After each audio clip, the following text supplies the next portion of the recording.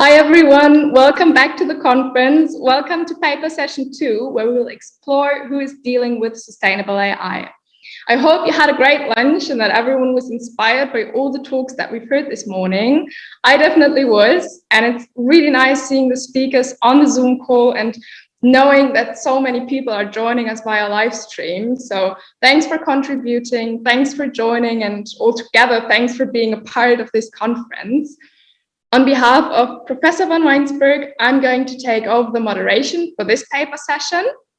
So my name is Jamila Nachid, and I will tell you a little bit more about myself before we're getting started with our talks. I'm a part of the organizing team of this conference and currently a student at the University of Bonn in Germany, studying philosophy and German studies. Besides that, I'm a research student at the Institute for Science and Ethics, also in Bonn, Germany.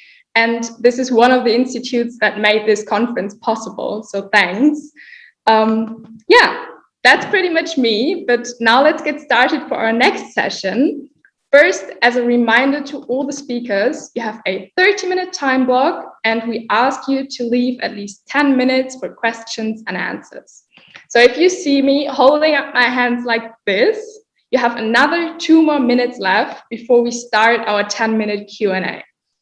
You can also watch the timer popping up on the speaker screen. It should be down below. Unfortunately, I'll have to cut you off after these 2 minutes because we have so many great contributions on our agenda. I hope you understand. That's it from my side. So let's start with the first speaker of the session, or the first 2 speakers of the session, Karl Mörch and Hans de Canck. Please feel free to introduce yourself for a minute. Hello, everyone. I'm very pleased to be here today. So my name is Karl Mörch, and I'm a researcher and the co-manager of FARI. It's the AI Institute for the Common Good. It's a joint initiative of the Free University of Brussels and the Vrije Universiteit Brussels. I'm also an adjunct professor in psychology at the University of Quebec in Montreal, and I'm specialized in the ethical challenges of using AI, specifically in healthcare. So for today, should I first leave Gordon introduce himself, or should I just run and start the presentation? Just go ahead. Gordon has the second talk, so. Perfect. Yeah. So today I have the pleasure to introduce you to some of the activities that we do on the topic of sustainability. So as the title says it all, the AI for the Common Good Institute, we are a research institute focusing on applications that could benefit the greater good, society as a whole, or our local communities, but also to work extensively and also with a great focus on responsible AI, sustainable AI. So the goal of today is to just give you a brief introduction to some of the projects that we are very happy to work on. And we have been very recently launched in March 2021. So really for today, we'll give you a bit of an overview, and don't hesitate to write to us or to go on our website to know a little bit more. I will give you a quick presentation of what the Institute is about, and I will also explain the type of initiatives that we lead. So 2 universities in Brussels decided about 2 years ago to join their efforts by putting all their researchers in AI together. So we've been officially launched in March, but it's been a 2-year in the making process. All these researchers come from 10 core active research groups that range from machine learning to law, and you can also have people in sociology, psychology, robotics. And we have a very diverse set of experts working in the field of AI. AI comprises also as a very broad field. And the goal here is to put all these people together, to bring them together, to work on projects that could benefit the common good, with a specific focus on local stakeholders, public administrations, citizen companies. So in research, of course, we are all trying our best to benefit the greater good, the common good, to advance knowledge. But here the idea is really to be as applied as possible, to use all this knowledge in AI or around AI on the technical level, on the ethical level, to bring these people together, to try to do projects that could be meaningful, but also have our as much as possible to be grounded in ethics and sustainability. We have three main pillars. We have an AI research and innovation hub where we will do most of the applied research. We have a think tank where we work a lot on the policy, and being based in Brussels, this has a special meaning to us. And then we have a test and experience hub, and this is a place where we'll try to create a bridge between citizens, companies, local organizations, and researchers, where it's like a sandbox place where people can play, discover, also the type of projects that are being run by the Institute. We have a few topics that we want to work on, but two, as you can see, the two arrows on the side, two focuses on the Green Deal and ethical AI. Among all the different experts that we have, again, like I said, we range from robotics, for instance, with the group Robotics from Bram van der Boort, to law with the Paramount Center. For us, it's a specific strength because it allows us to have a very interdisciplinary outlook on topics that usually require a lot of expertise, a lot of different visions and perspectives to be really done thoroughly and the right way. The topic of the whole conference is, of course, sustainability. And for us, it has become key because the shift, as we all know, has gone from ethics to, I think, sustainability as a whole. And for us, working on responsible AI or ethical AI means also tackling and addressing directly the topic of sustainability.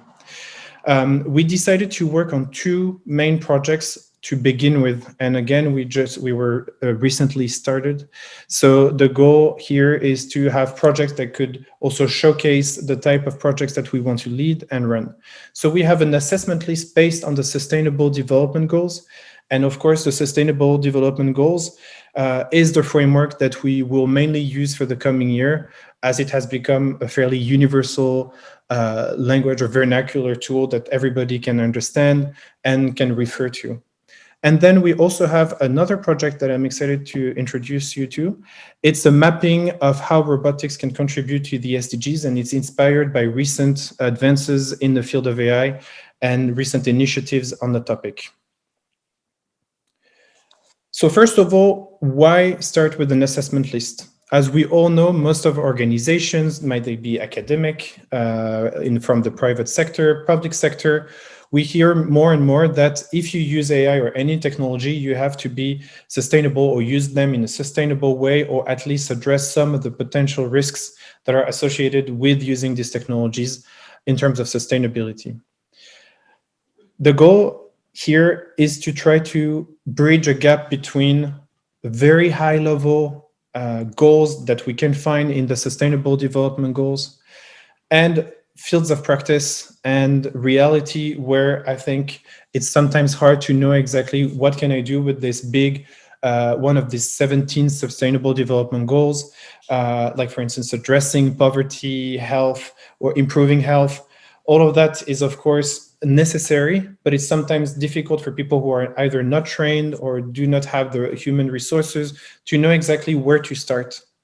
So our goal is to work with local stakeholders, public administrations, companies, to develop an assessment list based on the Sustainable Development Goals.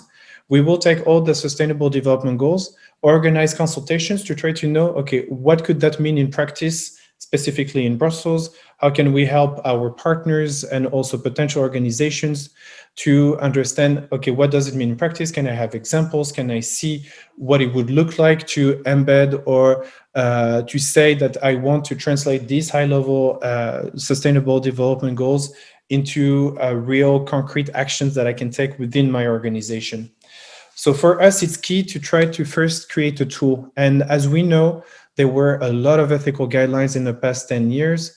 And in the past 5 years, 6 years, there have been, I think, around 100 ethical guidelines. All these ethical guidelines are usually absolutely necessary, but rarely come with a manual or tools to help them translate into practice. And I think for sustainability, when we use the Sustainable Development Goals, we might be facing the same challenge, meaning that it's always difficult to know exactly how can I apply this very universal set of rules or goals to my very unique, specific field of practice. So we will start within the context of the European Digital Innovation Hub calls. We have already set up a few partners, so I can't tell you more about it. Most of it will be done in September, but this is the project that will be run as of this summer or September, so very soon. But the next topic that I wanted to present is our project on robotics and sustainability.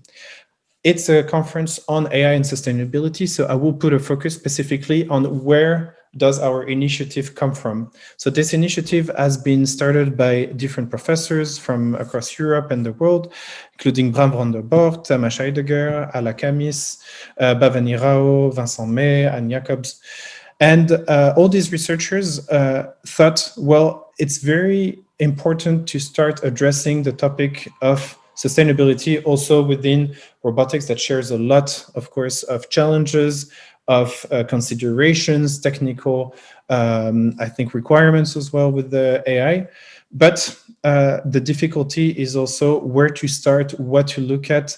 And we know that AI or robotics can raise many, many hopes and a lot of, we could say a bit of clout or buzz is around these two words. And it's sometimes difficult to know beyond the announcement of beautiful promises of being able to address some pressing challenges from reducing energy consumption to optimizing food production, beyond all these beautiful words and promises, can they be sustainable?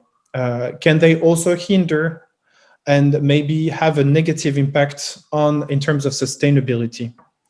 And trying to balancing out both the enabling or inhibiting factors has been an ongoing debate in AI, as most of you know. And the question is, how can we embrace the dual nature, but also maybe better educate and sensitize on the fact that these technologies might also come with the cost in terms of sustainability, might it be ecological or even social. So beyond ethics, sustainability has become very important, of course, because it questions also the overall impact of this technology in the society and in the long run for humankind as a whole or for our environment as a whole. In a great article by Field and colleague from 2020, they mentioned that the issue has been for ethical guidelines that sustainability was, until very recently, not very covered by all these ethical frameworks that were published in the past 5 to 10 years. And so it is still a little bit difficult to find documentation, to find tools that could sort of help AI specialists or roboticists to know exactly, okay, what are the implications and potential contributions of the field I'm working in.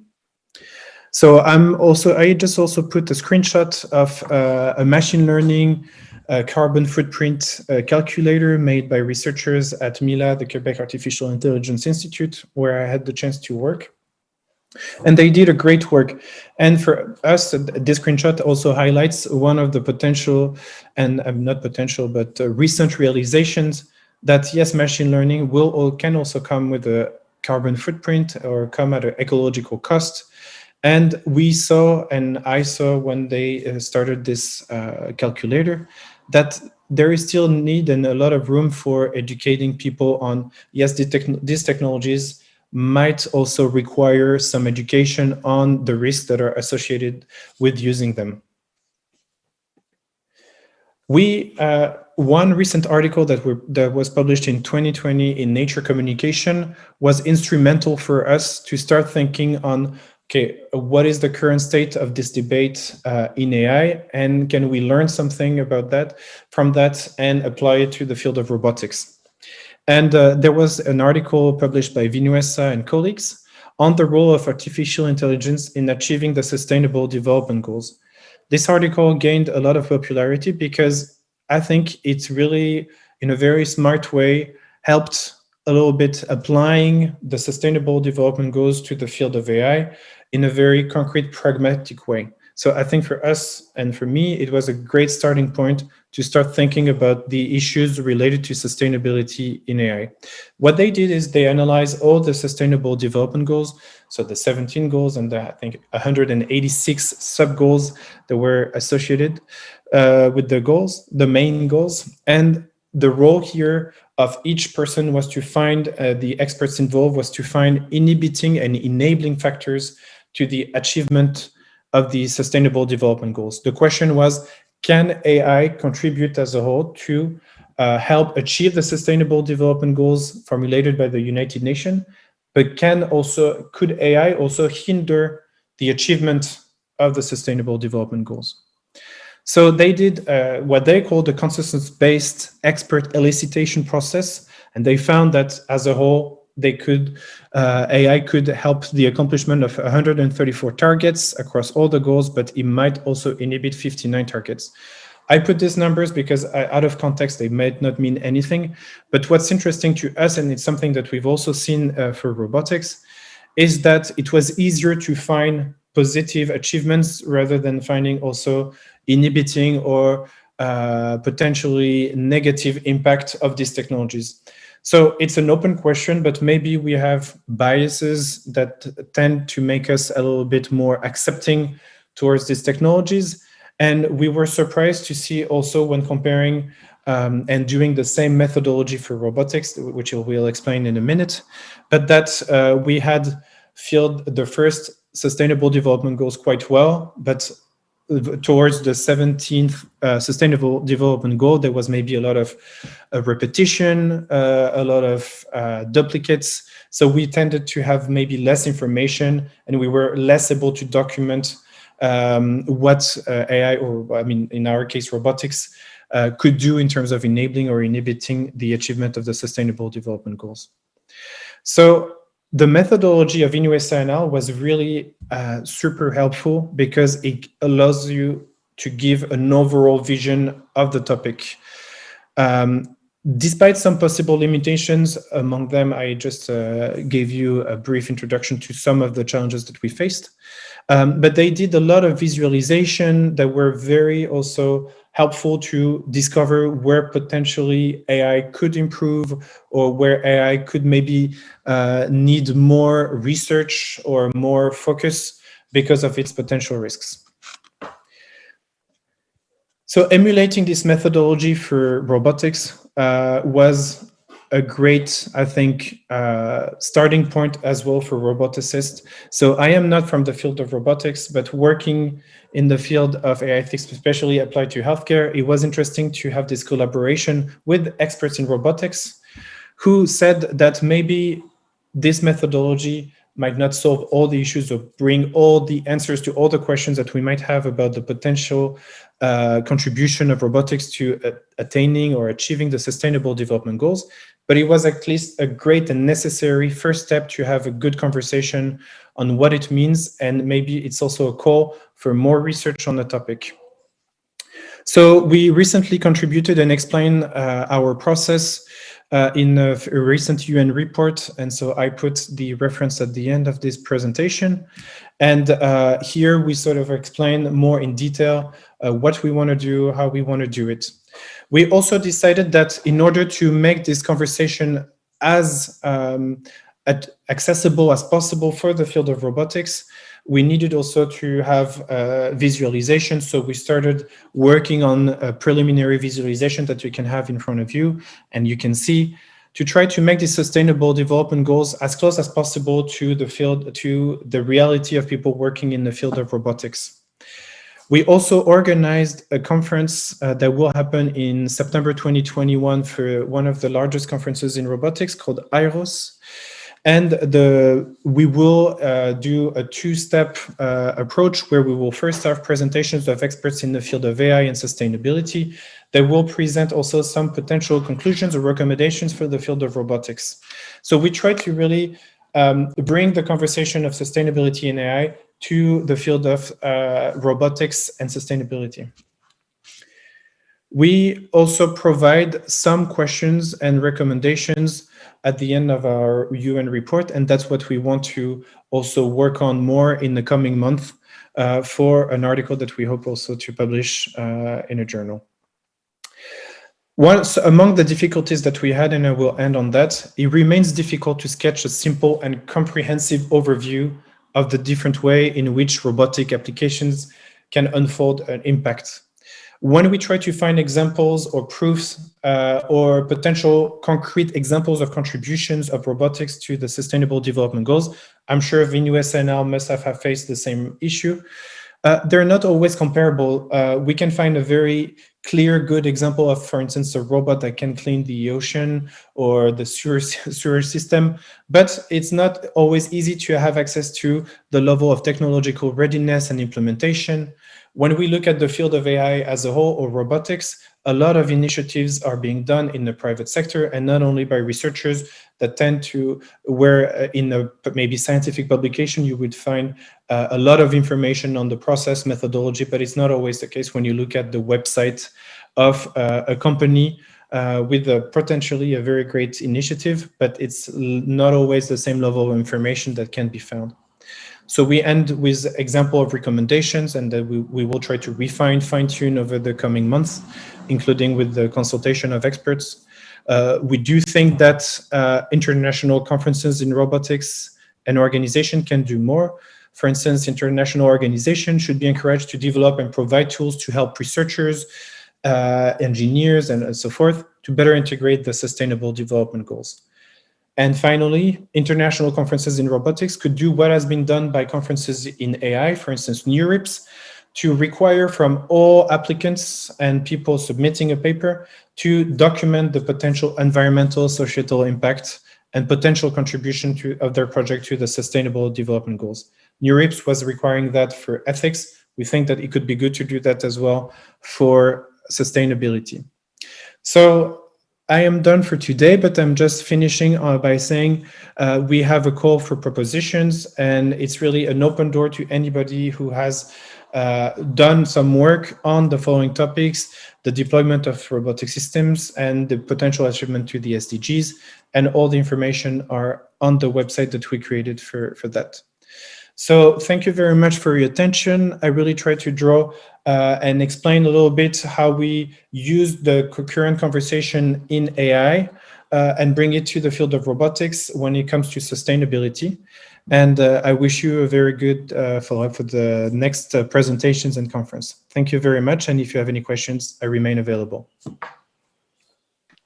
Many thanks for this talk. We now switch directly to the questions and answers. So I've seen there are a couple of questions in our chat here, but to the audience, feel free to pop us any questions you have as well. I will just start with the first question. Can you tell us more about what you mean with ethical AI and how it relates to sustainable AI?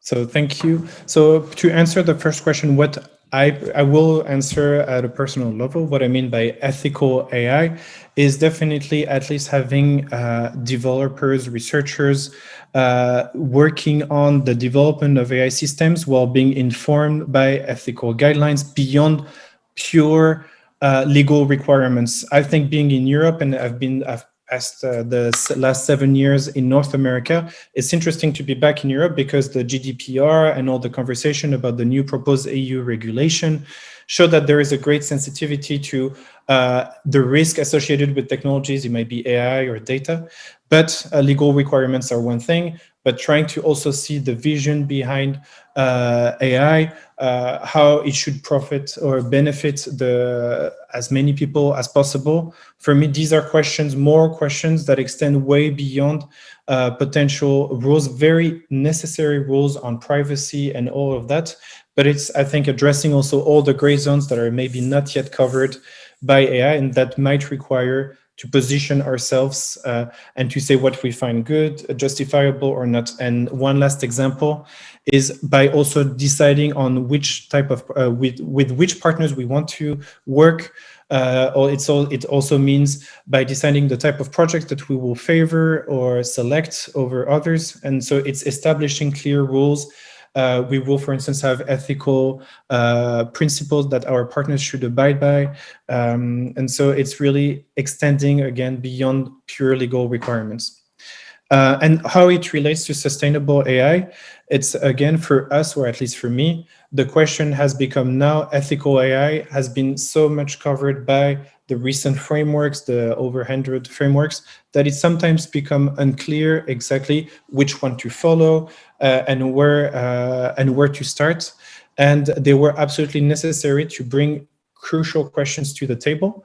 But what we see now is that the question is also, like I said, the overall contribution to society as a whole. And I think the concept of sustainability for me is really key, because I think it entails more questions, more challenges than just ethics per se. So they're very compatible, and they cover, I think there's a large overlap, but they need to be addressed together. Okay, great. Thank you so much for this detailed answer. I will just hop on to the next question, which is, will you have criteria for choosing the various stakeholders? For example, are there companies or other organizations that will not be included in such a study? Yes, so the first term that I mentioned was maybe technological readiness. So the first challenge that we had was the level of information. Then the second level was technological readiness, and also the nature of the organization that has created, for instance, a robotic device or an AI system. I'm sure that Vinuesa and I have faced the same issue as well. And yes, these are questions that we want to address. And during the IROS workshop, we will have a consultation with researchers, with experts from outside of robotics. And we really hope that among the topics that will be covered, they will help us define a little bit more what could be acceptable in terms of example, because we found an example could be extremely appealing, very visual, very convincing. But when we scratch a little bit the surface, then there is not that much behind. And then what's the validity of this example? What's the burden? The burden of proof seemed fairly light. So we definitely have to address this. And for us, it's an ongoing conversation. And we hope to solve it. We hope, Great. if possible. So the workshop you're talking about, is it the same workshop that you have the call for prepositions for? Yes, exactly. Okay, awesome. So thanks for telling us about this. This might be a great chance for everyone who's listening right now.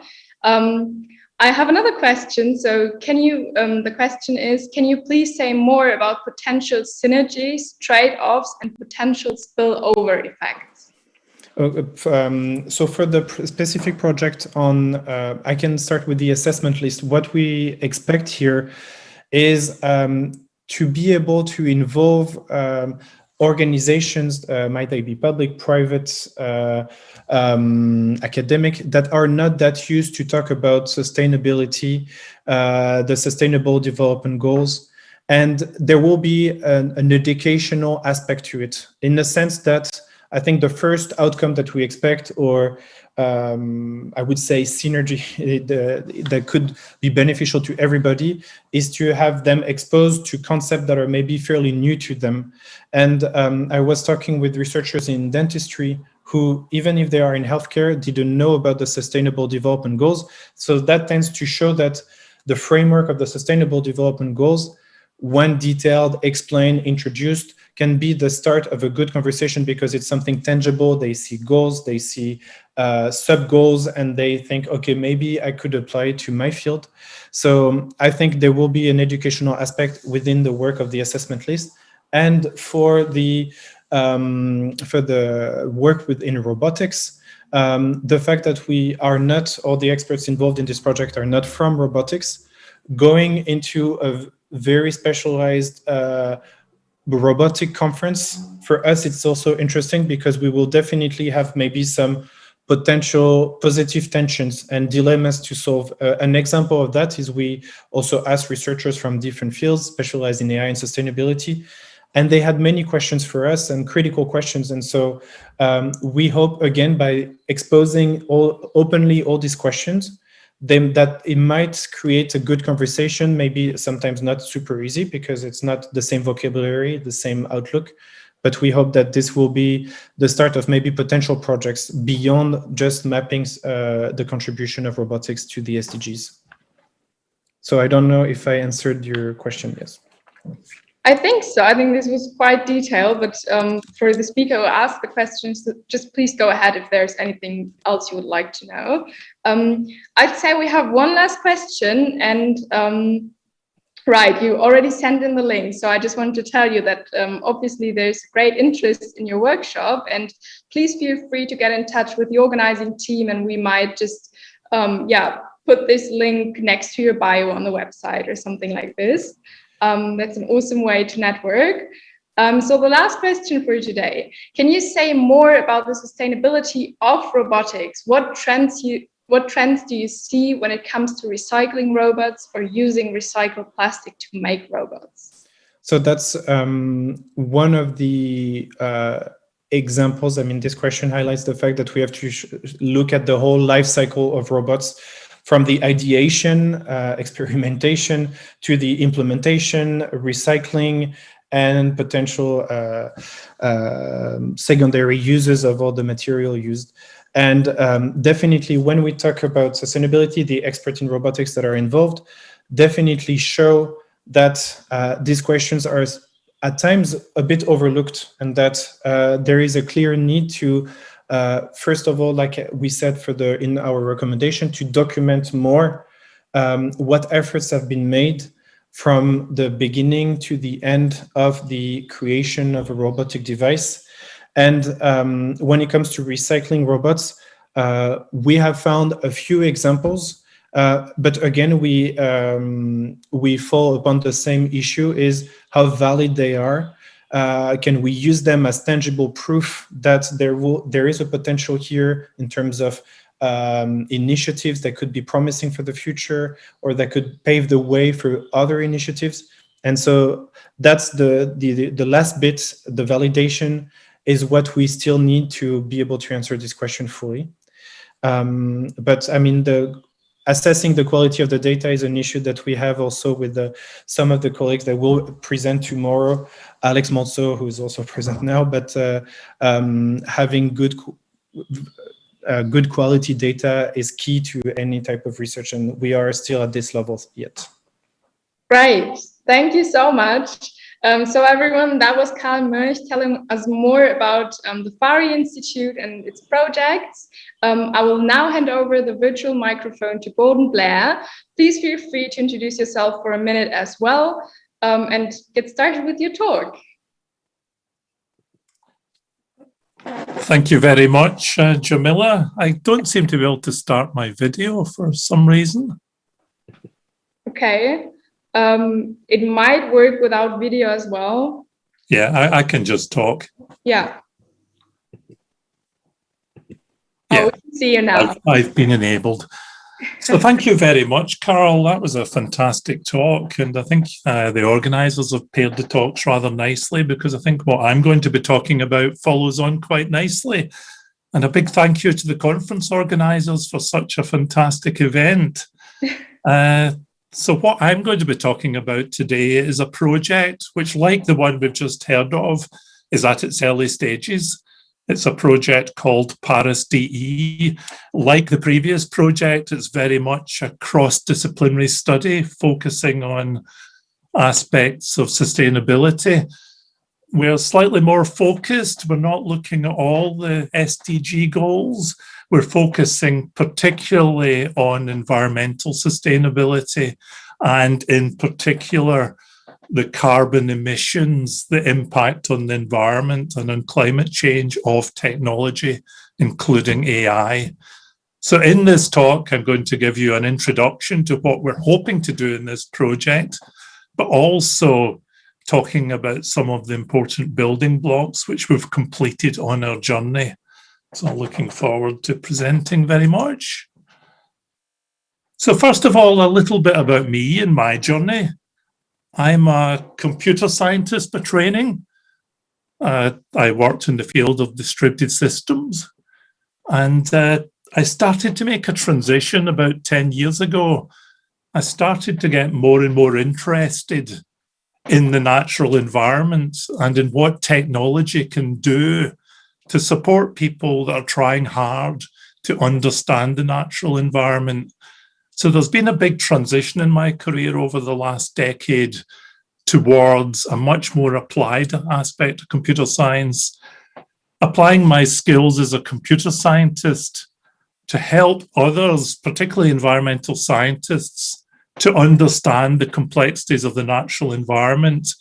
And you'll see as you go down the slide, I've started to take on more and more roles. I'm fortunate enough to have a senior fellowship, which gives me 5 years to really focus on some of the big issues around this area. I work very closely with the UK Centre for Ecology and Hydrology, one of my main partners in this work. And I'm also co-director on a Centre of Excellence related to environmental data science, which is joint with CH. So I made a big transition into a much more fundamentally kind of cross-disciplinary field. And the most important thing, of course, is alongside this, I'm a part-time shepherd and keep my own flock of Shetland sheep, which is just an excuse to put up a cute picture, really. Every talk has to have one. So a little bit of background about my senior fellowship, because I think that's important in understanding my journey. So the Senior Fellowship is tasked with looking at how digital innovations of various styles, including AI, as we'll see in a second, can help us to better understand the complexities of the natural environment. It's a 5-year fellowship, and we've been working with different aspects of environmental science, including climate change, flooding, biodiversity, soils and agriculture, and complex ecosystems where everything is connected. So we've stepped on a journey through all of these aspects, looking at different aspects of technology and asking some cross-cutting questions, for example, around how do you manage the sheer complexity and how can technology help you manage the sheer complexity of the systems we're looking at? So looking more specifically at the areas of technology, I'll just click through these quickly so you can see the full picture. We've been working at different areas of digital innovation, starting off with new forms of data. In the environmental sciences, there's a lot more data available nowadays, whether it's from satellites, from citizen science, from an Internet of Things of the natural environment, from mining the web. There's a lot of data available, and the danger is that environmental scientists may just drown in this really complex data, which also exists at many different scales. So lots and lots of data.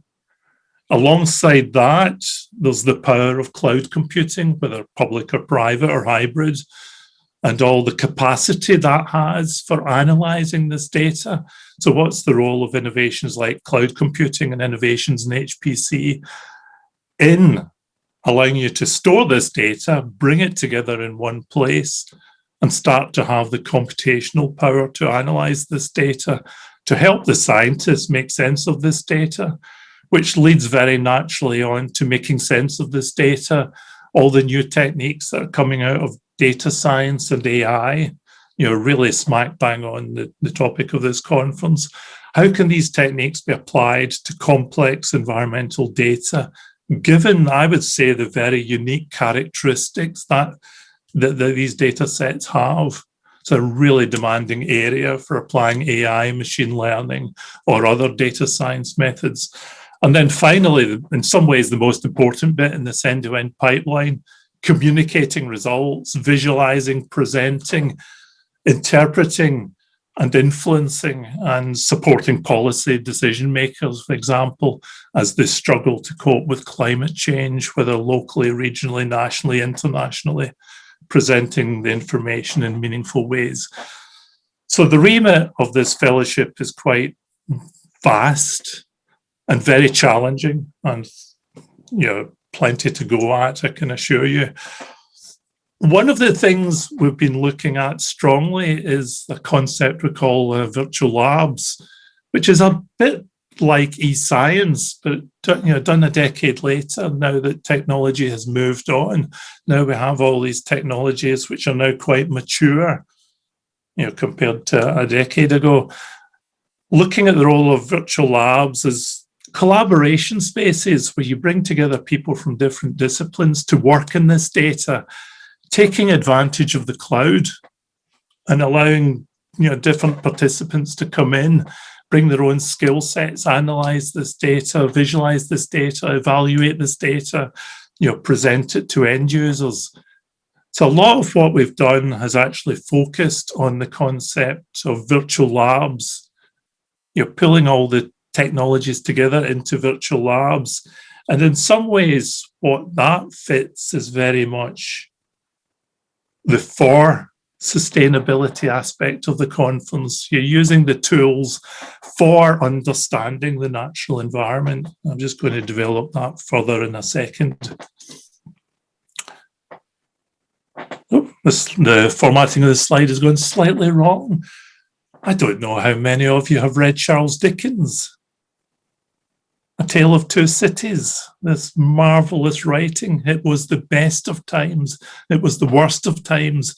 It was the age of wisdom. It was the age of foolishness. One of the most famous quotes from English literature, and a fantastic book. And as we were working through this project, I started to have a kind of existential crisis that we're only looking at one part of the puzzle. We were looking at, in effect, AI for sustainability, but not sustainability of the very technologies we're looking at. I was being an evangelist for all these wonderful technologies, but I wasn't asking questions. But what do these technologies actually do to the environment themselves? And that felt imbalanced. So that led to some conversations.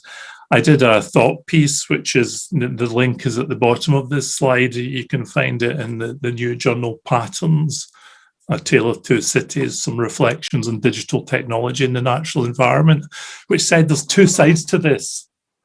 And we started to explore the other side, which leads very directly into this new project. And the other side is, amongst other things, that this technology can also, as well as enabling scientists with new tools, in itself also leads to an impact on the natural environment, which includes the impact on carbon emissions. So what is the carbon emissions of this technology? More fundamentally, how can we come up with approaches that allow us to design future technologies so that never again does my subject design an algorithm like blockchain, going back to my history as a distributed systems professor. Never again we design something like blockchain without, in that design chain, ever face up to the consideration that the carbon emissions associated with this technology are appalling. So having considerations of carbon as a fundamental part of the design process, how do we go about that? How do we develop what we collectively call a systemic approach, a responsible approach to innovation, so that any future technologies and services related to the digital economy are Paris compliant by design? So that's the question we're trying to ask in this project. And by systemic, for us, this means bringing together really three things. First of all, it involves bringing together evidence, facts. What is the carbon impact of this technology? And you'd think that might be the easy bit, but as we'll see shortly, it's not. Reflections on responsible innovation. There's a strong body of work on responsible innovation. So along with the evidence, any consideration should be, we should factor in responsible innovation and all that brings to the table. And then finally, the wonderful tradition of socio-technical design. So what we're looking for is bringing together a multidisciplinary team with skill sets in each of these areas, and to come up with design tools and principles that allow us to make sure technologies in the future are Paris compliant. And I intend to evaluate this through 3 case studies: big data and AI, autonomous systems, robotics, some massive links to the previous project, and also video streaming. So introducing the wonderful team we've brought together. I'm not going to go through all of these names. You can read faster than I can speak. Just to point out that there's a couple of people in the audience and speaking tomorrow and Thursday. In particular, Gabby Samuel and Federica Lucivero are taking part in this very event and can bring other perspectives from mine as a computer scientist. And we also have a fantastic set of partners. So this is a cross-disciplinary team, all bringing their piece of the jigsaw, and then we shall work together to come up with design principles for sustainable technologies of the future. So just a little bit about building blocks. Kind of in the last 5 minutes I have. We have been working in these different aspects, and what we're kind of doing is bringing them together into a systemic framework. And that's what the new project is about. And prior to this project, a number of us worked on a study, a kind of meta review of the state of evidence around digital technology and carbon emissions. Again, there's a link at the bottom to the report, which is available in archive, and will hopefully shortly be published. We're into the minor corrections phase, so that will be published shortly, we hope.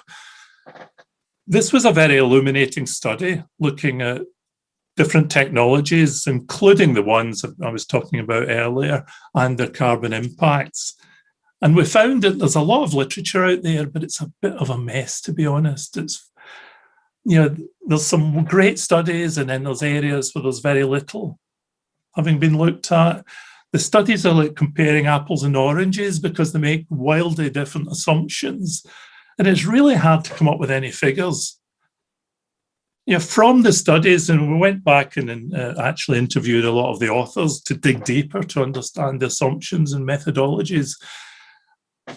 Most of the studies say that digital technology accounts for somewhere around 2%, up to 2.8%. From our approach, we think that's an underestimate, and that the current literature underestimates because it doesn't consider enough of a broad scope of what is digital technology these days.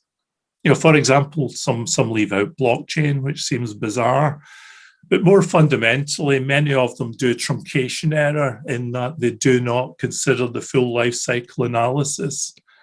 And really, it's the end-to-end, cradle-to-grave carbon emissions that really matter. So the carbon emissions of technology at the moment could be as high as pushing on for 4%, which is significantly more than the airline industry. But then there's the future. Where are we going in the future? And there's a lot of competing pressures here around pulling in each direction. There's efficiency gains. There's the switch to renewables that many people think will be a great savior here. There's the fact that people say that AI will have carbon impact, but it will save by making systems smarter. So that's certainly true. But on the other side, Moore's law is coming to an end. Can we live off the back of efficiency gains continually? There's Jevons paradox, or more fundamentally, rebound effects. If you save, you're likely to spend it elsewhere. And there's all the areas of innovation, many of which we've talked about: AI, blockchain, IoT, which are really accelerating at quite a rapid rate. So the risks are very much there. And also, you can't talk about this without a Greta Thunberg quote. I think this is very challenging to the whole industry. The industry will say that things are flattening out and think that's good. Carbon emissions, we should be able to flatten out, depending on what figure you believe, 2 or 3%. flattening out is not good enough. Look at the graph on the right, it has to plummet.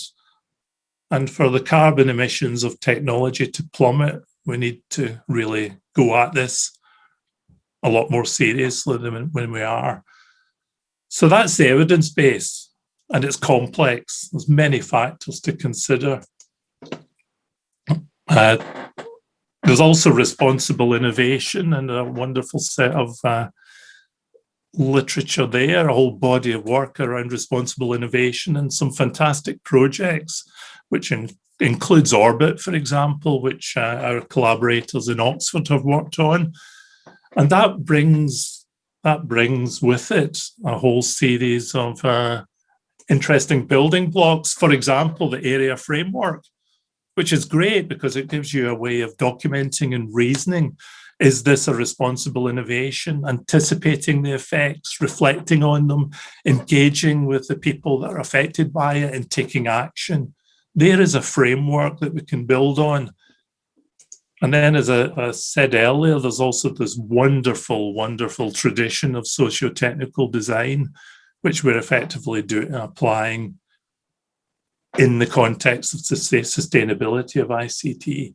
So pulling all this together, what we hope to do is to take the virtual labs approach, which we think is being revolutionary and transformative in the for sustainability sphere, and apply it the other way around. Can virtual labs help us to be at the heart of a design process, so that we're looking at the sustainability of as well as for?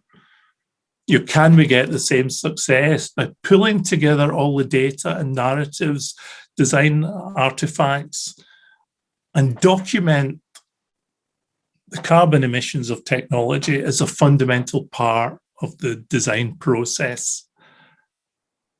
What does that look like? The short answer is, at this point in time, we don't know, because the project is just starting, but it's going to be a fascinating journey. And this is a great opportunity to say what we are going to be doing and to invite others to join us. For example, through some of the case studies. If you have requisite case studies, do talk to us. So we're looking for collaborators on that. And with that, 2 seconds to go. I'm finished. Thank you for listening. Fantastic. Many thanks for your intriguing talk and introducing the Paris DE project to us. Also, it seems like there are quite a few Dickens fans over here, so thanks for the literature excursus. We now begin with the Q&A, both addressing speakers and the audience. Please feel free to send us your questions if you have any. There's already one question that I will read out now. So, noting that most RI frameworks have a lack of ethical considerations when it comes to the environmental impact of technology and its life cycle, in brackets, how exactly does the Paris DE project embed environmental responsibility into the process of technological innovation? Do you have an example for us? We don't have an example because we haven't done that, but that's exactly what we want to do. I mean, there are various design processes out there, and there's been various bodies of work that look at socio-technical systems and how that can influence design. For example, I was rereading a paper by Baxter and Somerville that's very well known in this area, and there's various techniques there for folding in socio-technical aspects into the design process, including engaging with people. What that literature does not do so well is the environmental aspects. It's more socio-people rather than environmental centric. So what we'll be hoping to do is to take that body of literature, extend it so we consider the environment, and consider environmental impacts, document environmental impacts, document the various pools. What is the immediate carbon emissions and its full life cycle analysis? What are the enablements that happen by using this? What are the rebounds?